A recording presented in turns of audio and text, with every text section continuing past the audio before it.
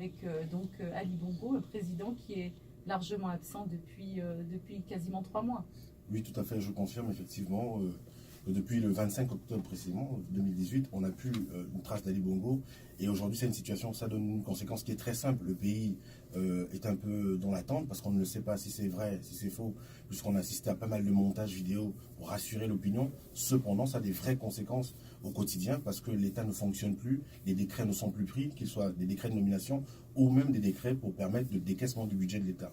Donc ça pose un vrai problème et aujourd'hui, il est impérieux, il est nécessaire que la vérité éclose à ce sujet parce qu'un pays ne peut pas fonctionner sans président de la République. Mais alors vous, qu'est-ce que vous préconisez justement pour qu'on ait quelqu'un à la tête, enfin quelqu'un en tout cas qui prenne les dispositions nécessaires pour gouverner le pays correctement à l'heure actuelle, sachant que Ali Bongo n'est pas là? Écoutez, pour nous, c'est assez simple. Nous parlons, nous, au nom du peuple gabonais, nous sommes de la société civile.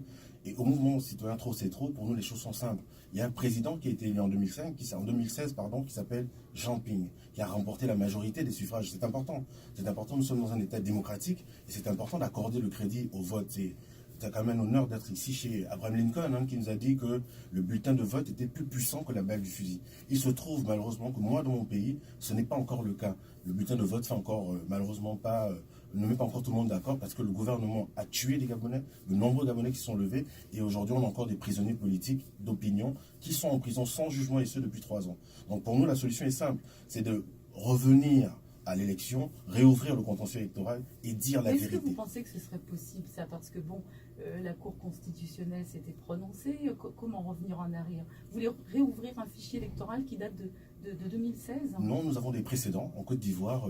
Il suffit de regarder qu'est-ce qui a permis au nouveau président d'acquérir, d'être habillé de la légalité. On a donc réouvert le contentieux électoral par des moyens juridiques qui existent dans notre Constitution pour permettre à celui qui a remporté le plus grand nombre de voix d'intégrer la fonction officielle de président de la République. Et c'est M. Jean Ping qui a remporté.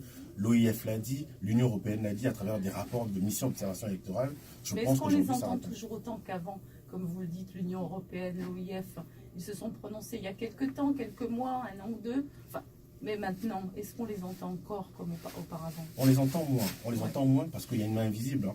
Il faut quand même suivre mon regard. Aujourd'hui, qui a intérêt à ce que aujourd'hui le peuple gabonais se libère? C'est toutes les questions que nous nous posons et c'est tout le ressentiment que ça commence à créer parce qu'on se rend bien compte, puisque Ali Bongo n'est plus là, pour nous c'est une évidence. Aujourd'hui, le système demeure, c'est bien la question que nous nous posons. Et nos regards sont tournés justement, non pas vers la communauté internationale, mais aussi vers la France. Quel est le rôle de la France, puisqu'elle était pointée précisément dans une des résolutions de l'Union européenne? Et pourquoi pas vers le gouvernement gabonais lui-même? Mais parce que le gouvernement gabonais aujourd'hui n'est pas légitime pour nous. Et il fait tout, effectivement, pour se maintenir au pouvoir, pour arrêter les gens. C'est un État liberticide.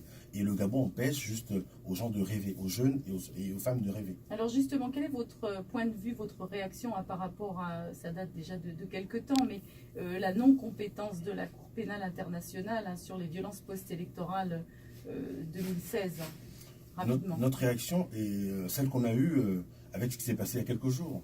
Laurent Gbagbo acquitté, mais Laurent Gbagbo maintenu. Je crois que tout y est.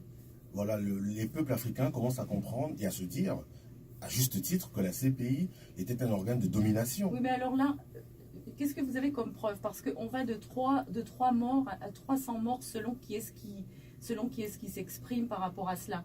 Vous parlez de fausses communes. S'il y a des fausses communes depuis le temps, on n'aurait pas pu les trouver? C'est pas les Gabonais qui parlent de fausses communes, c'est l'enquête préliminaire de la CPI.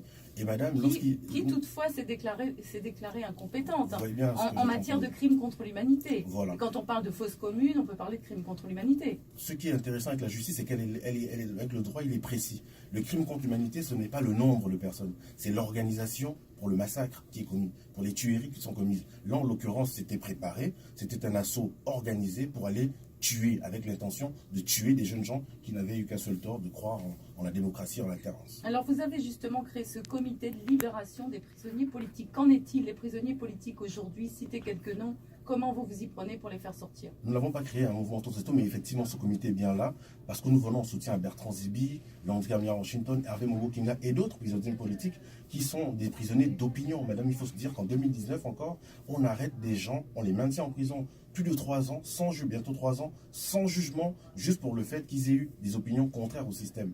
C'est tout l'enjeu et c'est pour ça que nous appelons vraiment à l'opinion nationale, à la communauté africaine. pas à l'organisme, mais au peuple africain, une vraie solidarité, parce que ce n'est plus possible qu'en 2019, des gens soient arrêtés sans jugement, au-delà de la règle juridique de droit au Gabon qui existe, parce qu'il y a des textes qui existent, mais ils sont maintenus comme ça, souvent sous la torture pour certains d'entre eux, et privés même de visite de leur propre famille, parce qu'ils ont exprimé une opinion tout à fait contraire à celle du régime. C'est donc le combat que nous portons et nous espérons qu'il va aboutir parce que nous allons user de tous les droits et les voies, et les moyens de droit, autant pour moi, pour permettre à ce qu'ils soient libérés.